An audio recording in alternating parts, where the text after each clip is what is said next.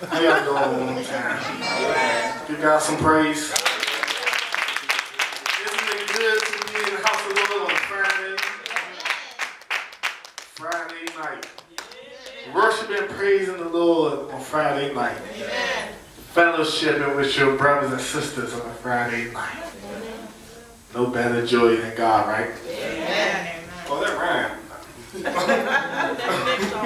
Okay. Before I start, I want to give a little testimony. I normally don't do this, but I believe testimonies save souls. Amen. And I believe souls need to be saved. Amen. If they did, I wouldn't be up here now. Amen. All right. First of all, my name is Melo. I'm a Christian hip-hop artist. And I do some other things, but that's not important right now. I've been saved for about 2.5 years now, so I'm still, I call it, crawling, because I'm not walking and running, but I'm going to get there. And, what I like about God is that He's a second and third chance type of God. First time He could have killed me. First time I could have went to hell, but I didn't. Gave me another opportunity. I'm probably my 50th chance, and I thank you for that. Amen. But I just want to speak, since this is a youth event. As a youth, I was terrible. I was a good child, but I was terrible to the streets. I respected my mother, honored my mother and father, even before I knew about them. But outside their house, they called me a terrorizer. Nothing was safe. Your car wasn't safe. Your house wasn't safe. Your safe wasn't safe. No, for real, I was after it. I was a thief. All of the above. I stole. I did some other things I'm not proud of. I partied a lot. I wanted to live a life that wasn't me. But the funny thing is that while I was doing this, I wasn't never a follower. I was always a leader. So it was my choice to misbehave. My mother and father wasn't rich or wealthy, but I had everything I could ask for at home. So I was being greedy. That's what it was. I wanted more. I would do destruction for fun. I will just stupid stuff like catch Metro and bully people and shoot people with paintball guns and all types of evil stuff. And I never realized it was evil until actually just now. That's what I was. I was an evil child. And I'm not even talking as a little child. I'm talking about 17 years old. I'm still a child. 17 years old. But before I did, I hope I ain't taking up all the time. But I don't care about the songs. I just share testimony. Before I started doing Christian hip hop, I was a secular hip hop artist. And I was trying to become famous and rich. I wanted to live the glamorous life before I even knew about Christ. But I wanted that fame. I wanted to be known as that person. I was that dude.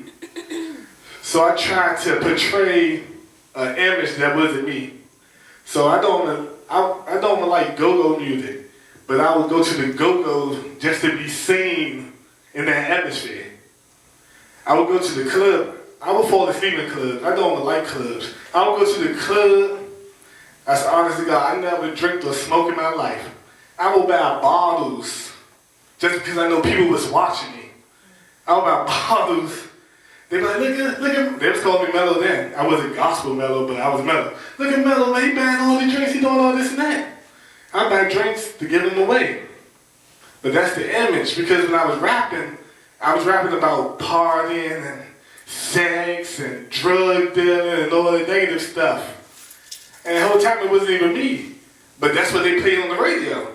So in order for me to get on the radio, I had to blend in. Which what happened, I ended up being on the radio. Ended up getting my song on the radio, ended up traveling to like Atlanta and California, and I was performing in a lot of places. I went to Los Angeles in 2011 and won a single distribution deal. I don't know if anyone knows what that is.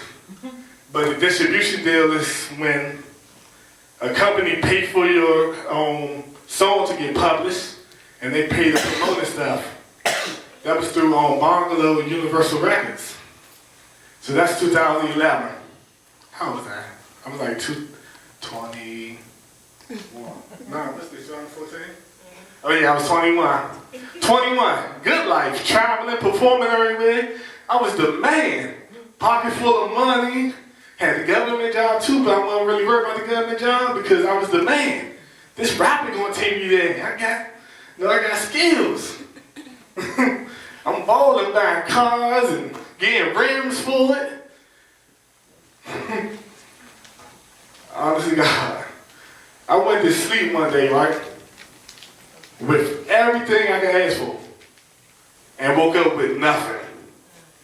I woke up with nothing. I became a money worshiper. I was being very materialistic. I used to spend like, it's a store in Georgetown called Sabiano. I know for a fact I spent at least $15,000 in that store on about 15 shirts. Like, the shirts were so expensive, I know now, but I didn't care. That was me, I was getting it like that. I was the man. But who knows we serve a jealous God. There's only one God. See, I'm a smart man. I'm intelligent. Like I said, I was trying to portray that life. So once I woke up with nothing, I realized some people will blame the devil for losing stuff. But when I woke up, I blamed God. I said it was no one has that power to sit me down and put me in a position where I have no choice but to look up to God. Nobody. The devil don't want me looking up to him, but he probably do. But in that position, I'm looking up to heaven. There's only one person up there. Not person, but you know what I'm saying. God. So I said, okay, I want to change. I want that joy back. I want all this stuff back without the materialistic things, without the love for money. So I joined the church out in Clinton with my sister. I went to church one day for the first time since I was probably in kindergarten. I knew who Christ was, but I didn't know what Christ was about. You know what I'm saying? So I went seeking God. And you know, God, it's the valley. God met me in the valley. You know? God, he met me halfway.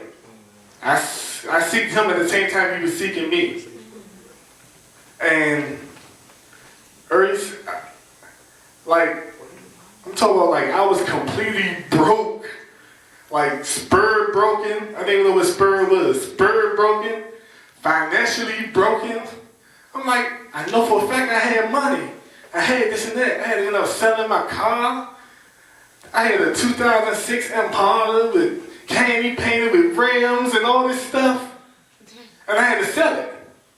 And at that time, I sold it for like $7,000. And the things on the market was like for $15,000. So I sold it for half the price.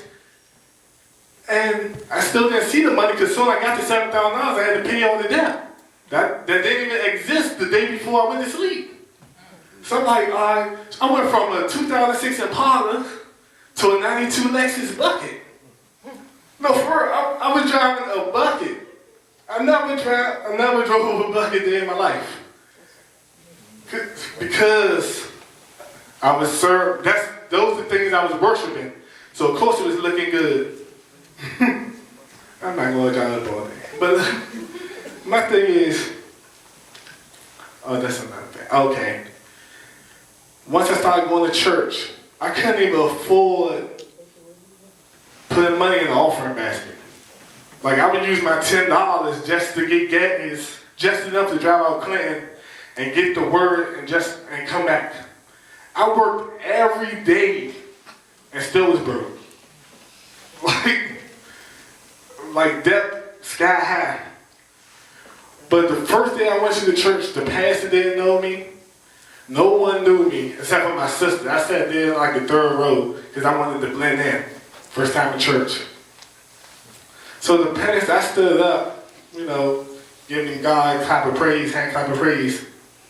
And the pastor prophesied to me.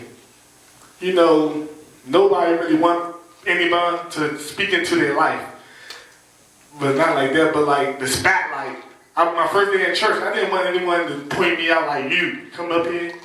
But he told me from my seat. He said, I'm not supposed to tell you this because you might take it the wrong way, but I'm going to tell you anyway. I'm going to pray for you after I tell you. You're going to receive a financial blessing. I'm like, all right, so how you know? I'm not here just for money. I'm just trying to get a life change. So a couple months later, I received a check in the mail for like $4,500. And I was going to church faithfully, like, for the past, since December 2011, I probably missed church 10 times. I was late many times, but I made it. Because the devil can't stop me, you know what I'm saying? But long story short, don't worship them things. Like, I don't even care about money. I don't love money. I don't love cars. I don't do any of that stuff no more than I used to. Because I was smart enough. I gave it up overnight. Because I believe if I didn't give that stuff up, the next step for me is death. And those things aren't worth my life. Not at all. Money not worth my life. None of that stuff. So I would rather live happy being broke than being dead rich or dead famous. But I just wanted to share testimony. I don't know, what do you want me to do, Mike?